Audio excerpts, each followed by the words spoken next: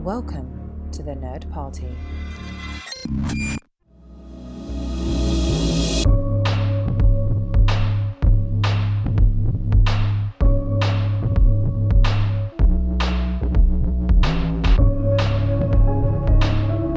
Welcome back to Houselights, in specific the House of Linklater, the gazebo of Linklater, or guest house of Linklater, because we're not doing a full examination of his works. We are instead just looking at the infamous, famous, beloved Before trilogy of films, and we are here in this final episode of this 3-episode arc to study and explore Before Midnight, the final film in the Before trilogy starring Ethan Hawke and Julie Delpy. I am one of your humble hosts, John Mills, and I'm joined for this ambling stroll through the Peloponnese highlands of Greece to talk about the Peloponnese while we're vacationing in the Peloponnese and talking with our friends at a guest house in the Peloponnese by Darren Moser and our precocious son, Tristan Riddell, who is on his way back to the airport. So, gentlemen, first and foremost, welcome back. This is the big moment. Can they stick the landing here in the Before trilogy? There is always so much pressure coming into the third of 3, and we see some films rise to the challenge and ascend to the heights like a Greek god, and others dashed upon the rocks like other Greek gods when they hit the 3rd episode of the trilogy. So the question to kick it off, Darren, I know this is your first time seeing it. We all know it's your first time seeing it. Tristan and I have seen Before Midnight before. My first question to both of you to get us out of the gate here is, this is shot by a different director of photography, Christos Voudouris. I apologize if I'm mispronouncing his last name, but he is the new kid on the crew, as it were. And the first question I have is, do you, from the get-go, detect any visual difference in Before Midnight from the first two? The difference is crazy to me. It is huge difference in photography. Mm-hmm. Explain. Screams difference to me.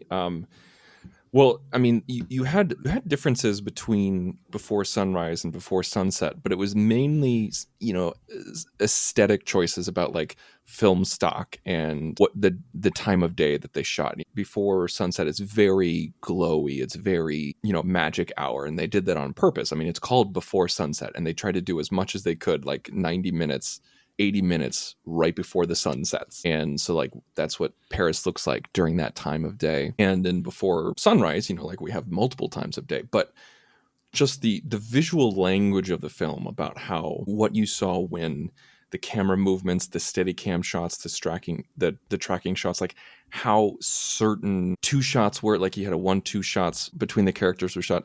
It's a little hard to compare the lunch scene because we never got anything like that in the first 2. Mm-hmm. Like with the lunch scene, we have the hosts, we have the guests, we have Jesse and Celine all sitting around a table. Like so many people have so much screen time compared to the previous 2. And so that in itself is very different.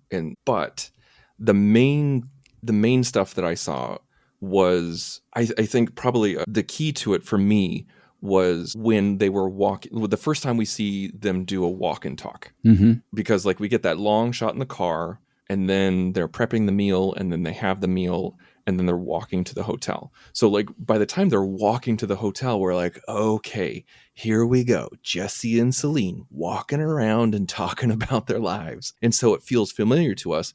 But the shot selection while they were walking and talking to the hotel was extremely basic. Extremely basic. It was like forward shot, back shot, tracking backwards, tracking forwards. Mm-hmm. And when you have sunset and sunrise, all the walking and talking, you got much more variety. You got much different angles. And Before Midnight felt a little bit more utilitarian. It was like, okay, we got this shot, we're going to move on. We got this shot, we're going to move on. It didn't feel like there was any exploration. It's interesting. That's the main thing that I saw. And I agree with you. I think that there is a certain visual dynamic that is different.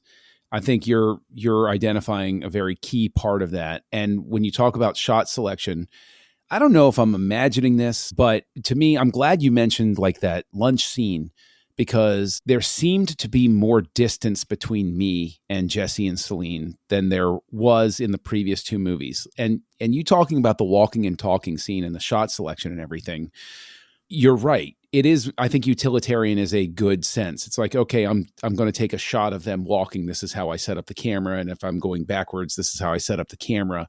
Whereas there was, I don't want to say documentarian feel in the first two.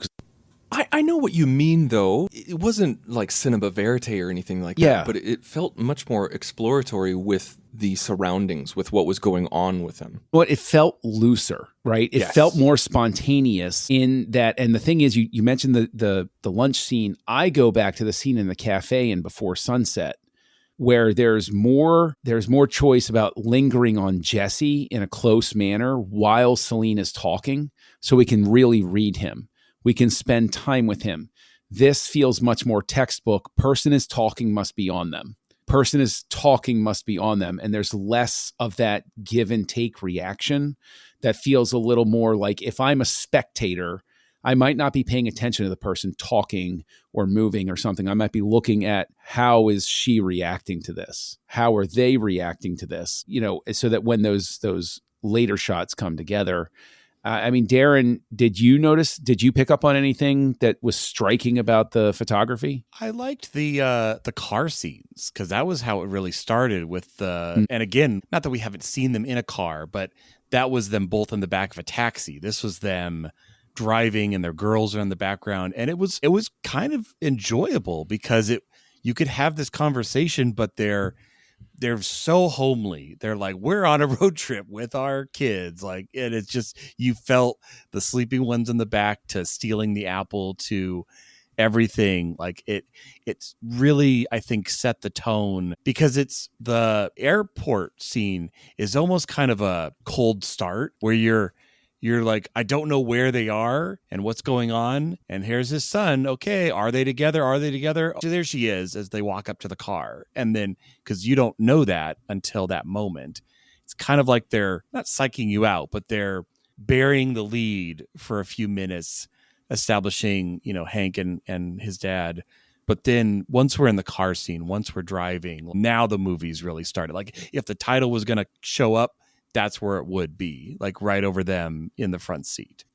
But to talk about some of the stuff that Tristan started peeling apart with the shot selection and everything, it would have been nice to have more shots from this sort of faux kids point of view of them talking from the back seat, so that you could almost, like, because the majority of people can have faint memories of being half asleep, drifting off in the back seat and sort of half paying attention to what their parents are doing.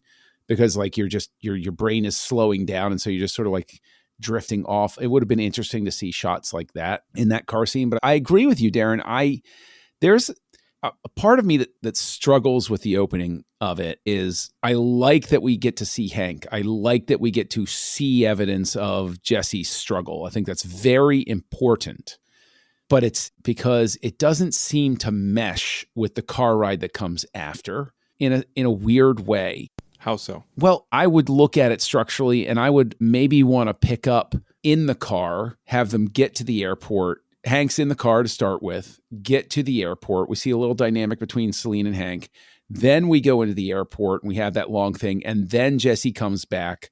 And then we have the stuff in the car that builds to the moment of Jesse saying, I feel weird about being distant from him. I would have liked to see that. And I'm not trying to restructure the movie, but I think it would have flowed better to have had that. What's interesting, when I was watching this, I think this is only like the second or third time that I've seen Before Midnight. I've seen Before Sunrise and Sunset tons of times, but Midnight, I didn't watch for years. I didn't watch this when this came out. I was scared of it. I was petrified of it. But during that opening scene, like as Jesse, like drops off Hank doesn't, turn around to say goodbye and look backwards. They, of course, did that on purpose. And then Jesse goes out to see Celine waiting at the car. The way that it's shot, the way that the music is playing, like seeing Celine is supposed to be interpreted as a surprise. Seeing the twins is interpreted as being surprise. But what's interesting is that so many movies are written and directed like there's not going to be any marketing materials. Right. And I think this is a movie that's a victim of that, where this is a third in a trilogy, and it could be a third in an ongoing series.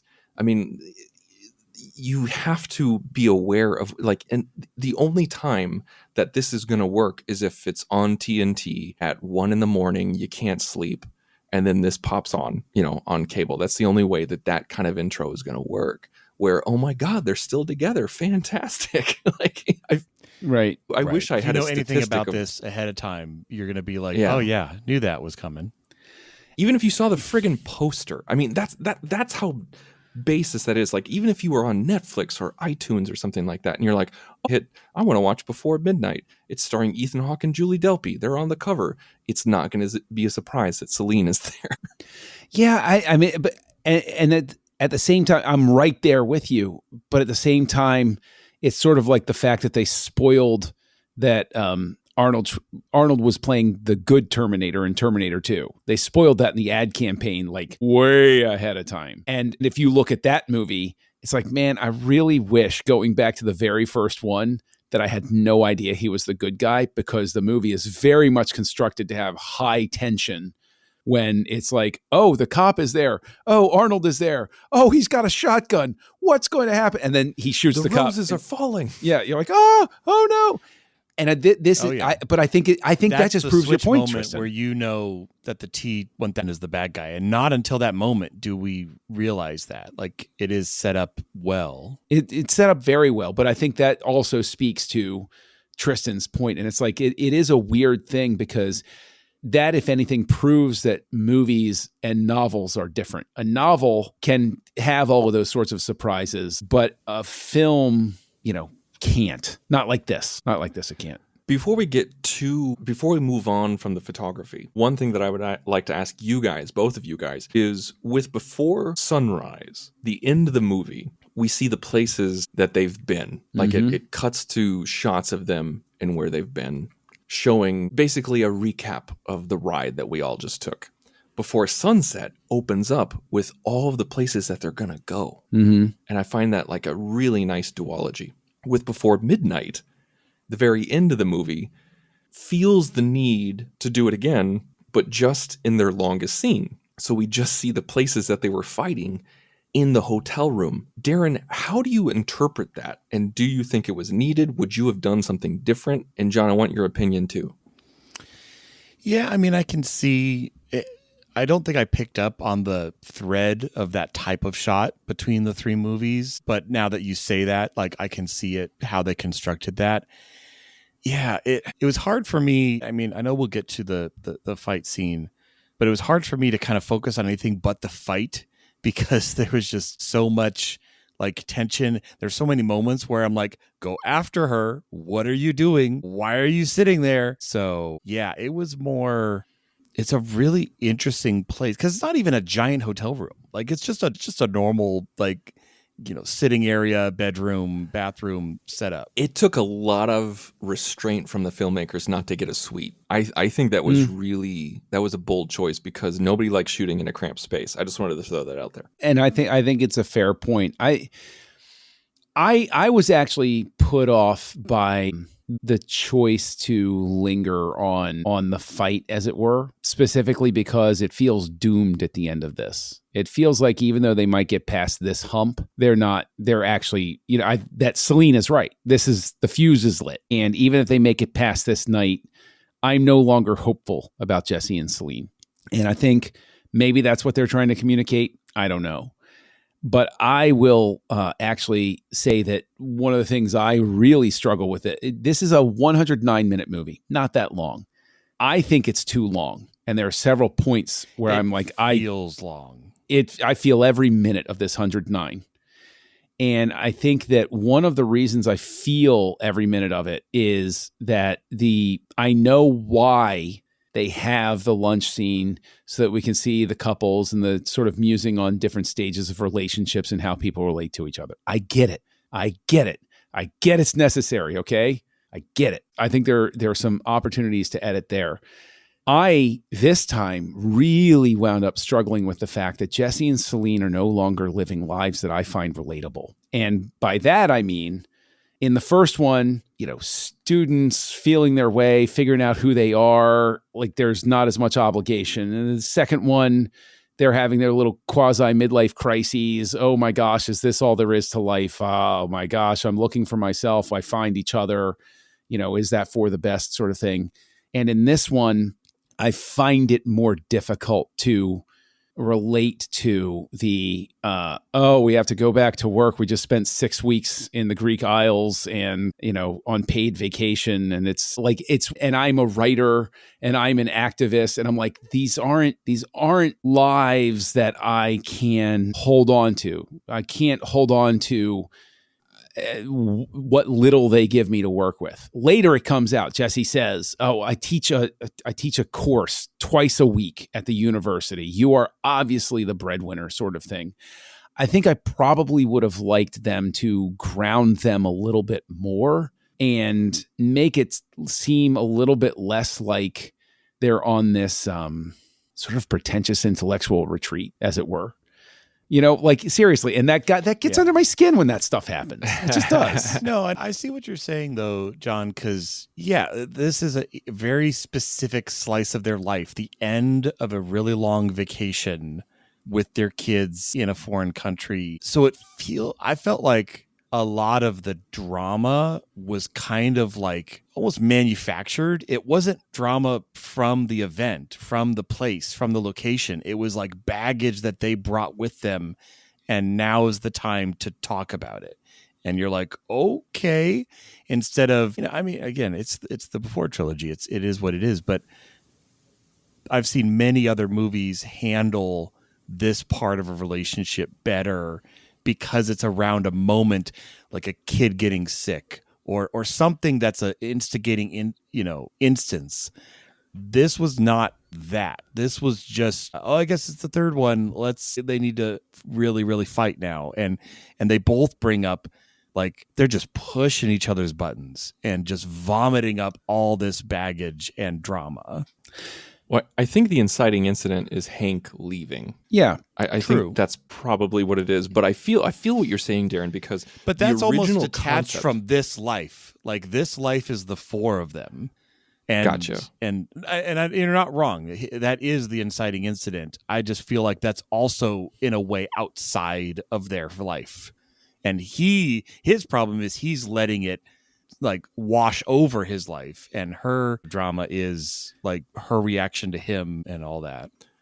The original concept of the movie from Linklater, Hawk, and Delpy was that it was just going to be a normal day in Celine and Jesse's life, where it was just like they pick up the kids from school or they drop them off from school, and then at nighttime, it kind of progresses in the same way. I personally find that really interesting. But I think what probably caused it is that it would have happened in Paris, and we already filmed in Paris. I truly believe that if we had them live in some other place, I don't know, Berlin, someplace else, because of Celine's work or something, like just do any shot in any location. And you could have done that original. John, how do you feel about that? Do you like that they're on vacation? Do you think they should have been at home? I think you have some, I'll put it this way. I think you're on the right track there.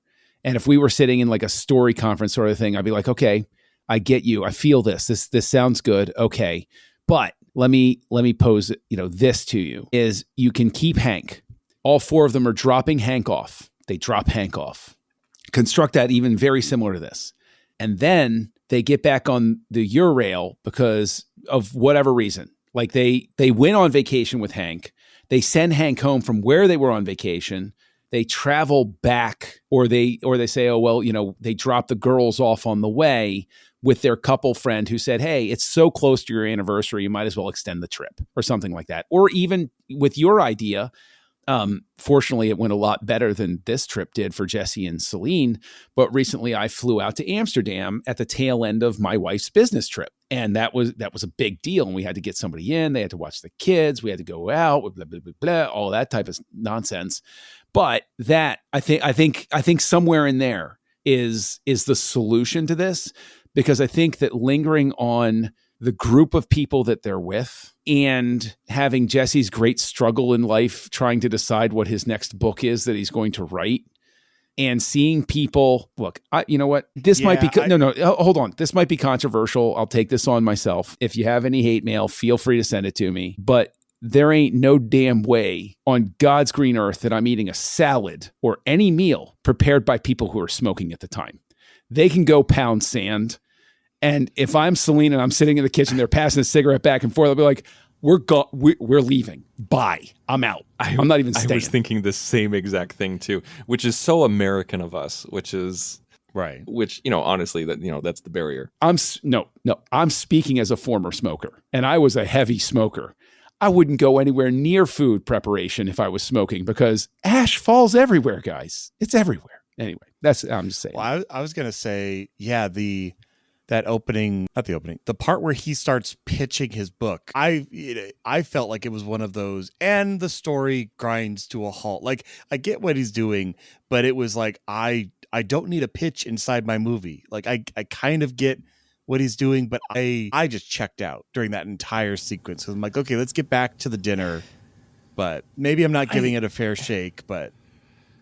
No, I don't. You're not wrong. Obviously, I mean, it's your opinion. I mean, it's so hard because I do genuinely enjoy this movie. It makes me feel uncomfortable, and that's the point. Like Hawk describes this trilogy as Sunrise was, what did he say? Crap, I'm trying to think of it. It was just like what the could beginning. be. No, it was like what could be, and before Sunset, what could have been.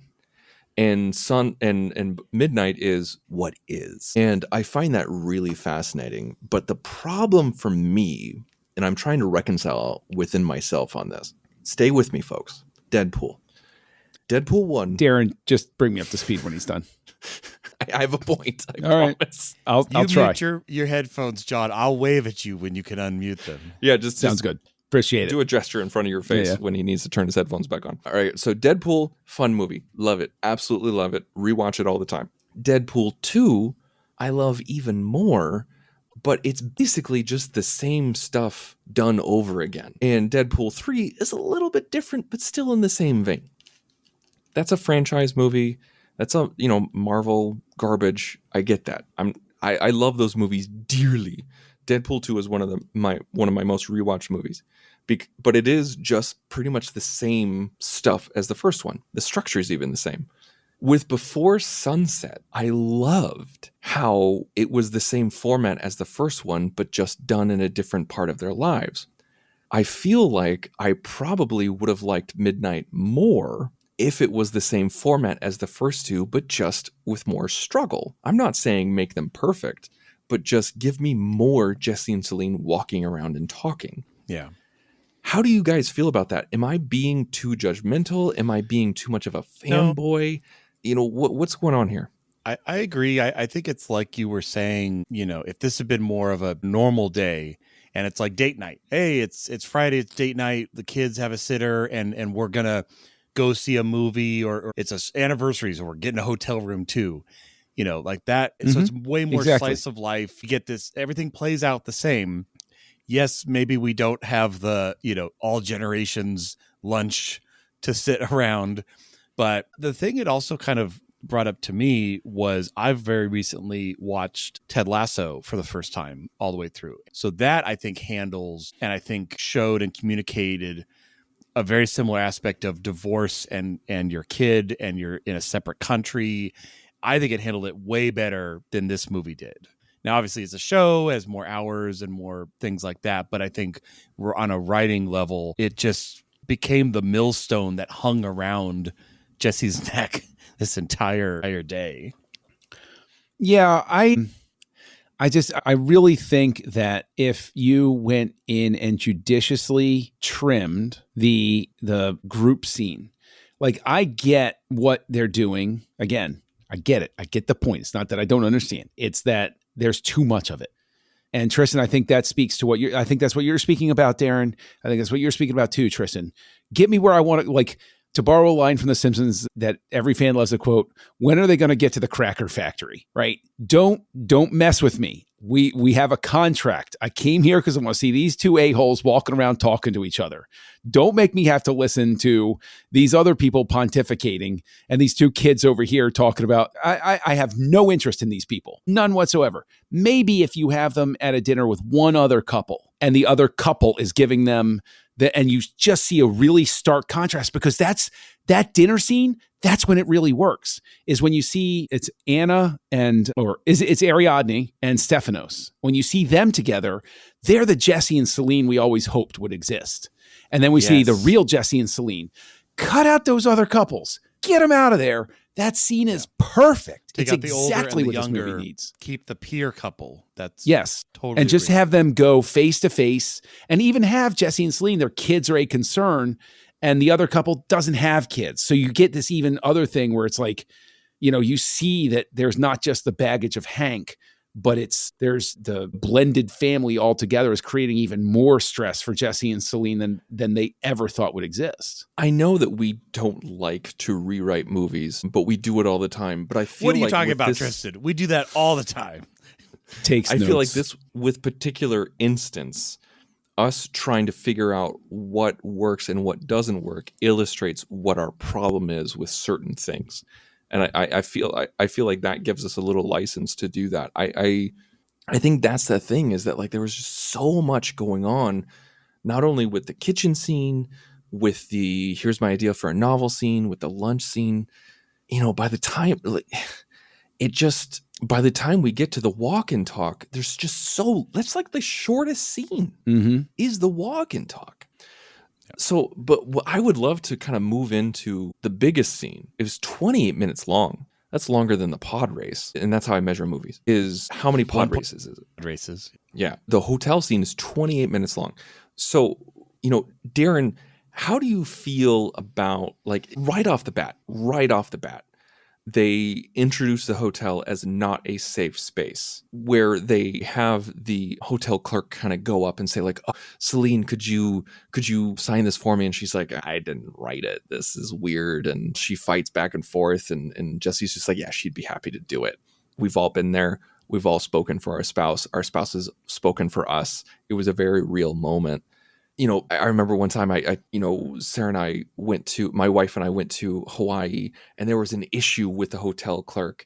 And as soon as we get into the room, she just starts breaking down and crying. And I'm just like, why are you taking this so seriously? And she's just like, I'm just so stressed. I want to have a good time. And we kind of see that with Celine. Like, Darren, how do you feel about the beginning? Did it set the tone?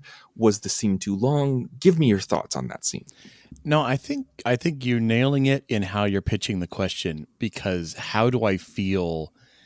That was my hardest thing with this entire sequence, is I was really trying to figure out, and maybe this is a better on a second viewing kind of thing, but on a first viewing where I don't know where this is going to go, I am like treading water, meaning I don't know how I'm meant to feel. Am I supposed to be like clutching to this sinking life raft of a relationship? Am I expecting it to work out in the end?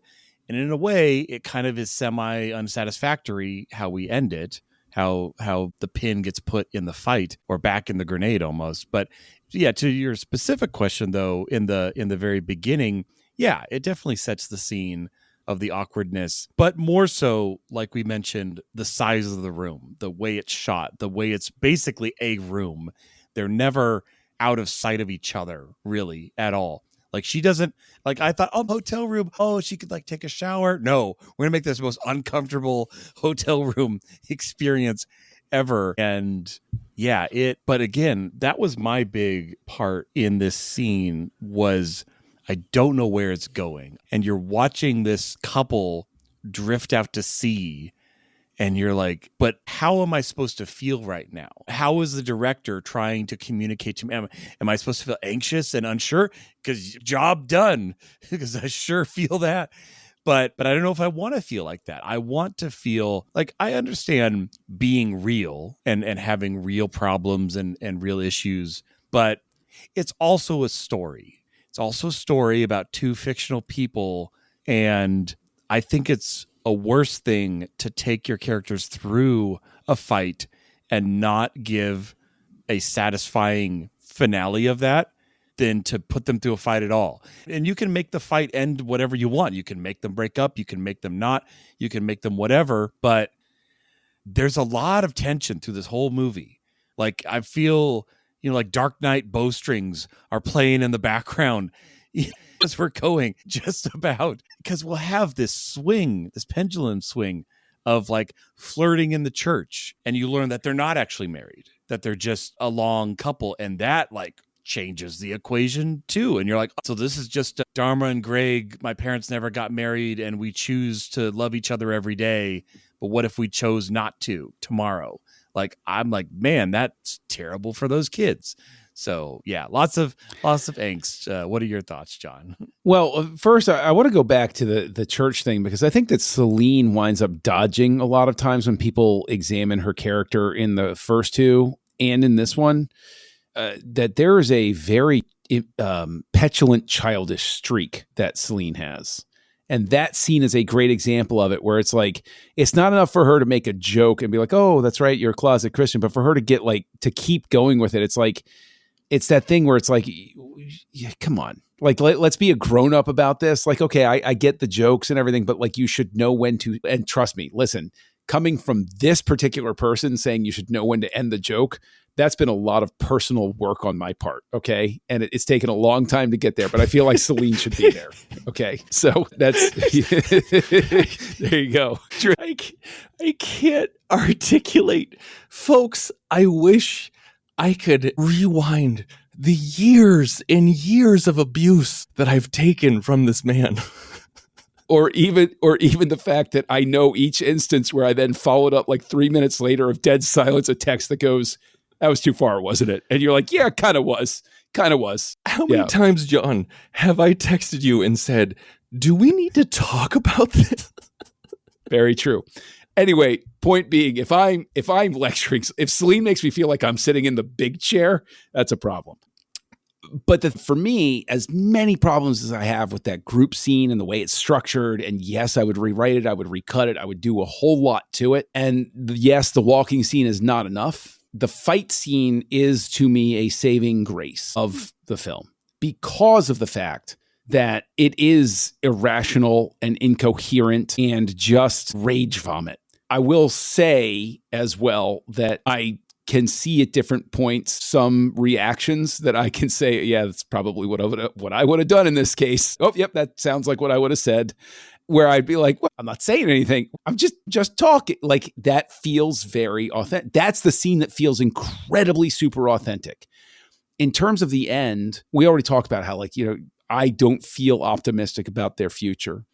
But I love the fact that Hawk and Delpy and Linklater decided there's one line in it that I think is absolutely beautiful that makes the ending work for me 100%. And that is when he's reading the fake letter to her and she says something like, you're a different guy from the future, and something like that. And his response is, no, I am that guy. That's what you don't know. Like, he's saying to her that he's still him. So no matter what frustrations they have, no matter what angst, no matter what anger, he's still the guy she fell in love with. And he's not somebody different. He's not an adversary. He's not an avatar of everything that she hates about the world or men or anything like that. He's the guy that she loves. And I think that's just a very beautiful thing. That's why the fight and the resolution, quasi non-resolution at the end, works for me. Although I would offer the little tweak. I don't like that Jesse, although it's true to his character in that specific moment where he keeps coming back to like, oh, and the sex is going to be great. I'm like, for some reason, that just doesn't feel very, that feels forced of all of that. That feels forced. Yes. There was, I promise I'm not a prude, but there were so many times in this movie where I'm just like, really? We're going to go back to the sexual angle?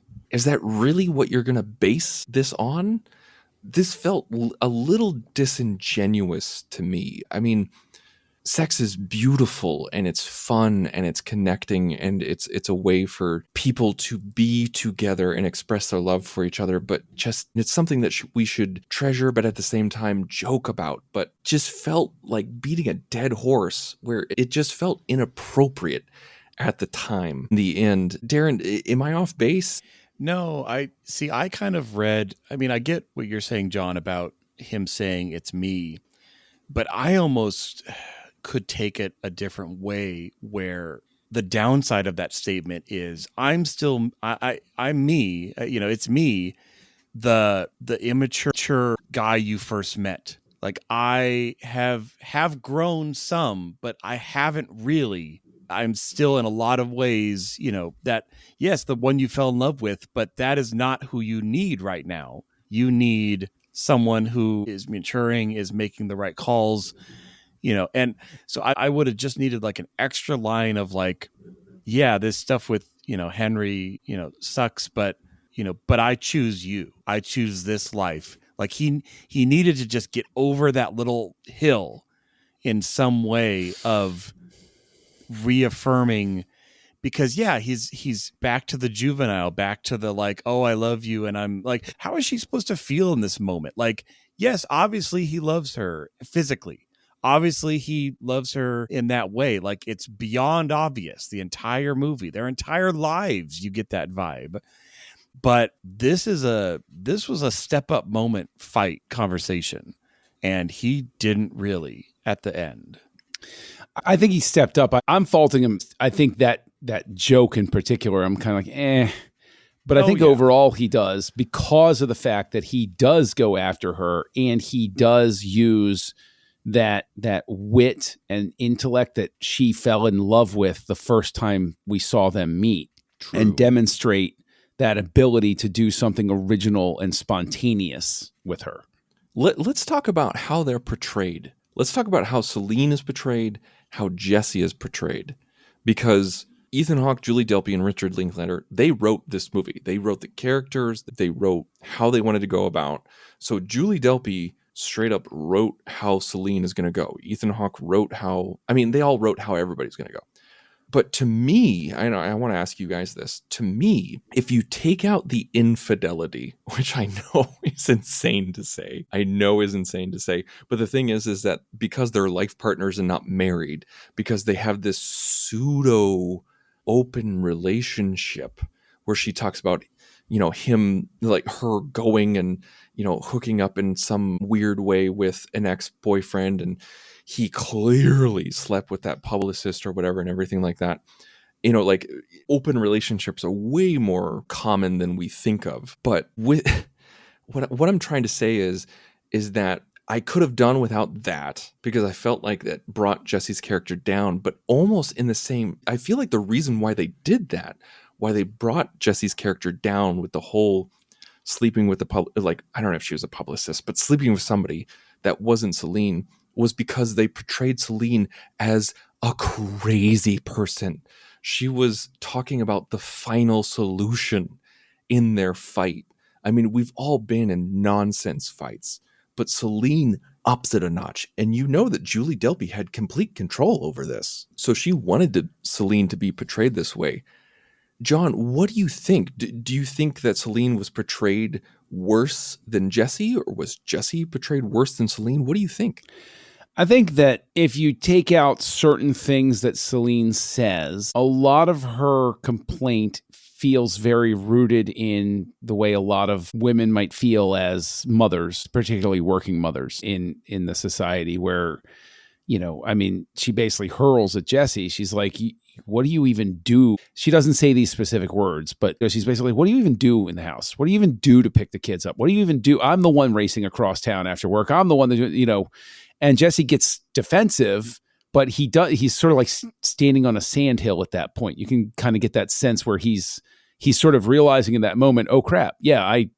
And that echoes back to, even though I trim the crap out of it, when they show them at dinner or the dinner prep, he's outside goofing off, talking about himself and his books and his stuff. He's very self-centered.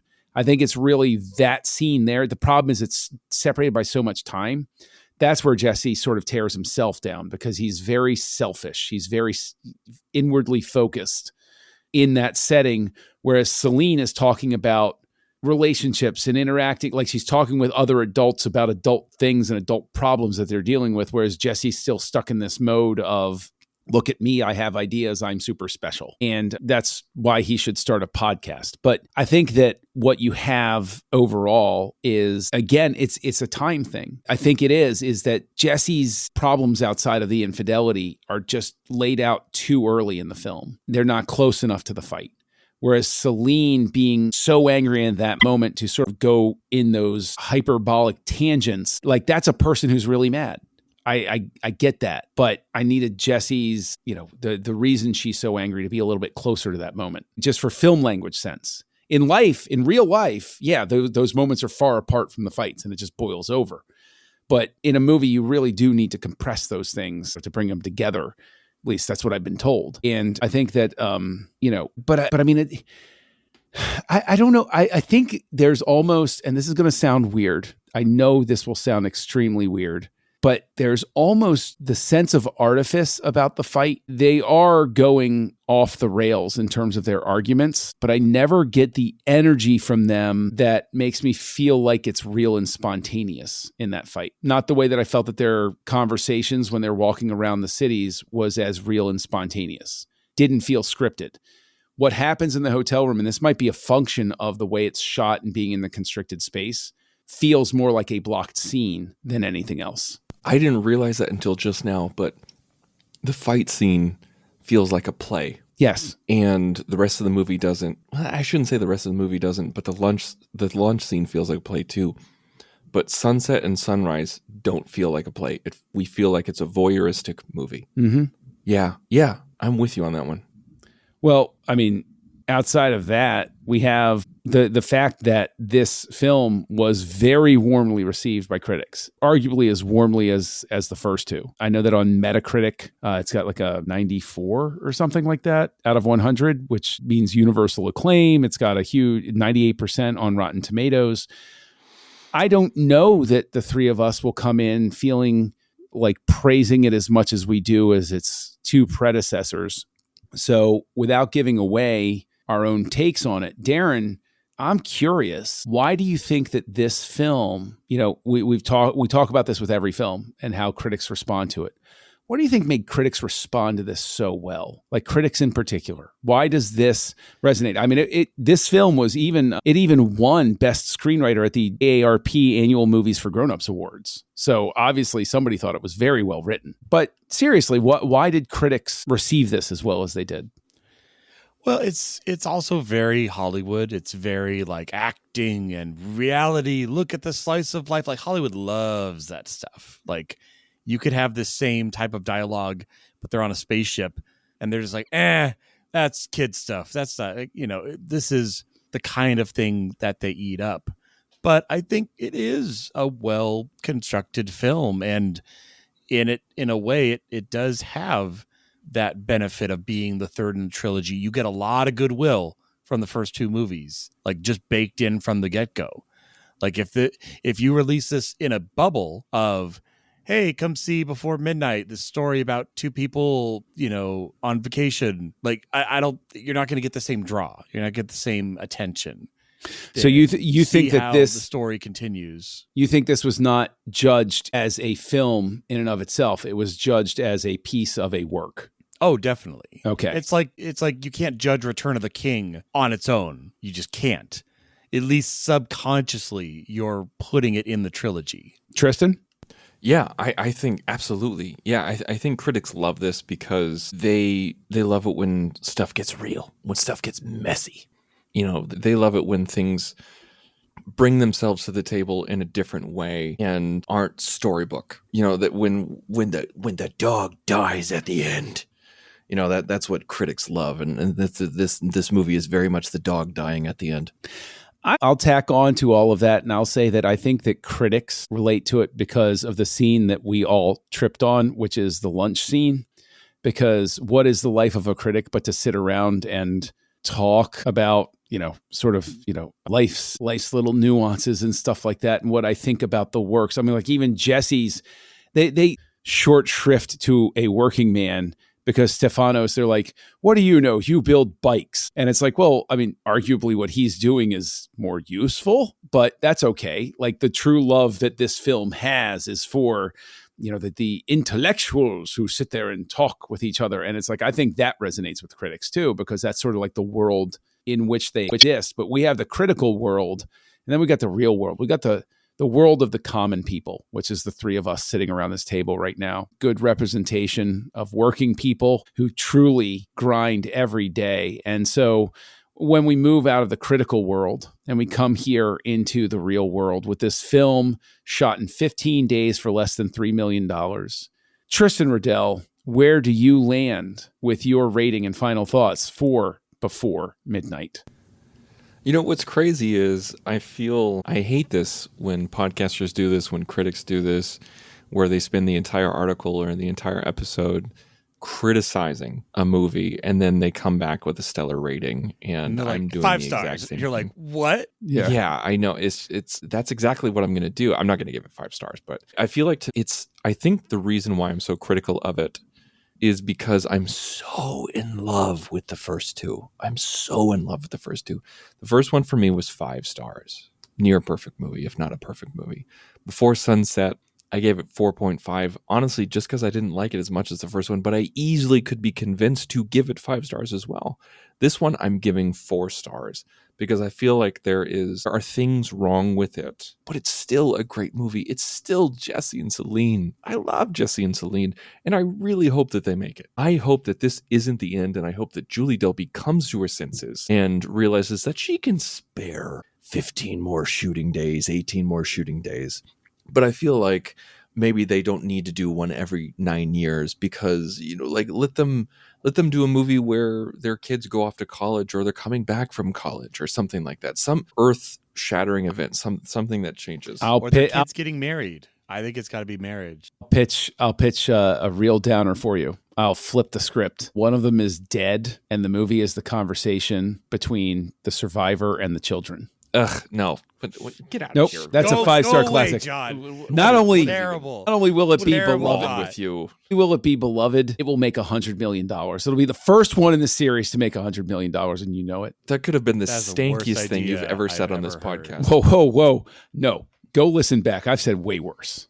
So one thing I do want to mention before I hand over the reins is that I talked to my wife and I wanted to get a female perspective on this because I was very critical of Celine while watching this, and I wasn't as critical of Jesse, and I was like, should I be more critical of Jesse?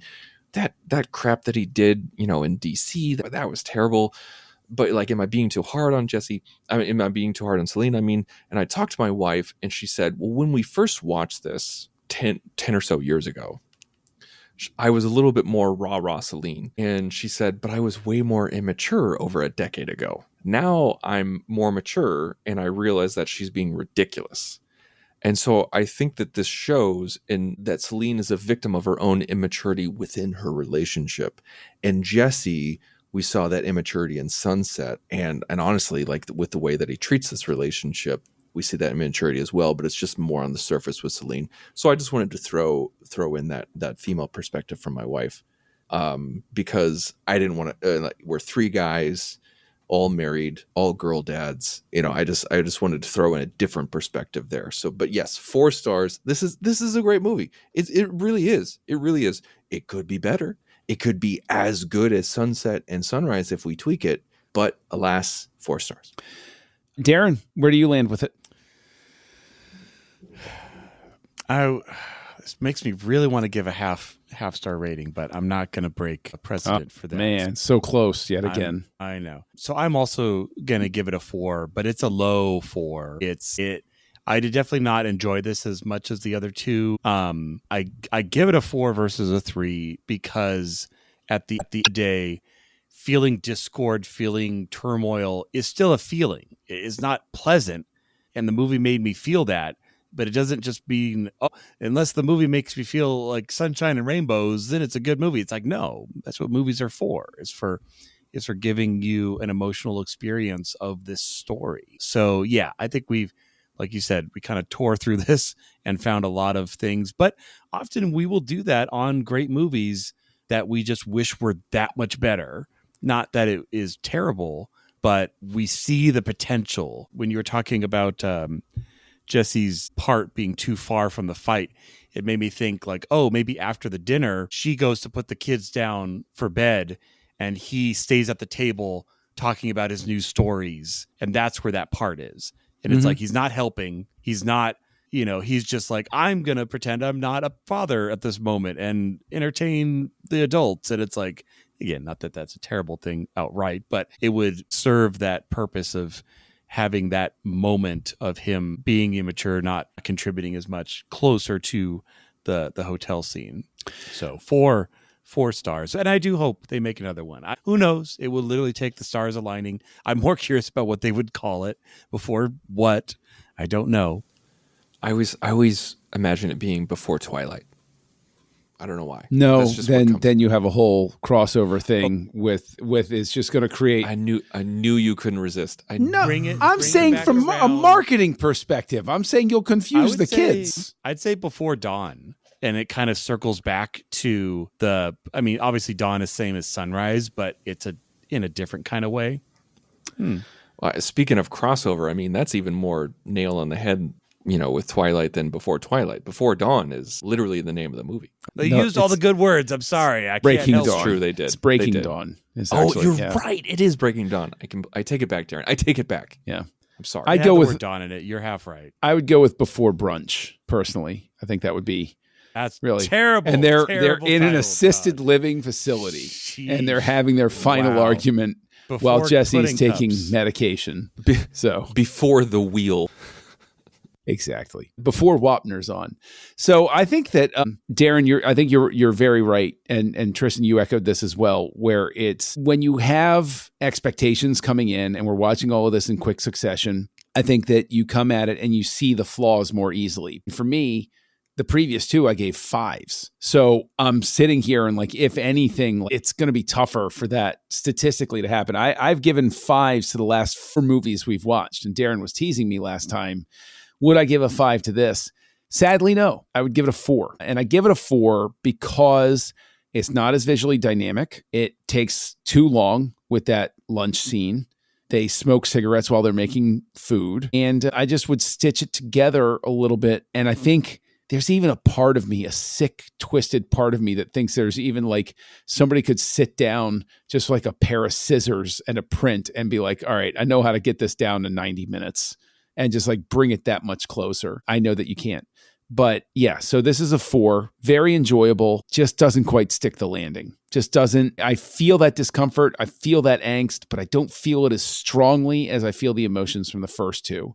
And I think it's because of all of those things just being a little bit too discordant. So that's the end of the Before trilogy, our examination of Linklater's legendary films that many critics have called one of the finest film trilogies of all time. And next week, we're queuing up for something just as romantic and moving, filled with just as much tender, sweet emotion. Darren, what is it that we'll be looking at next week? Well, next week, we're going to be going into a brand new wing covering 5 films by 5 different directors, starting with 1987's Predator by John McTiernan. It's the wing of Predator here on Houselights. Join the revolution. Join the Nerd Party.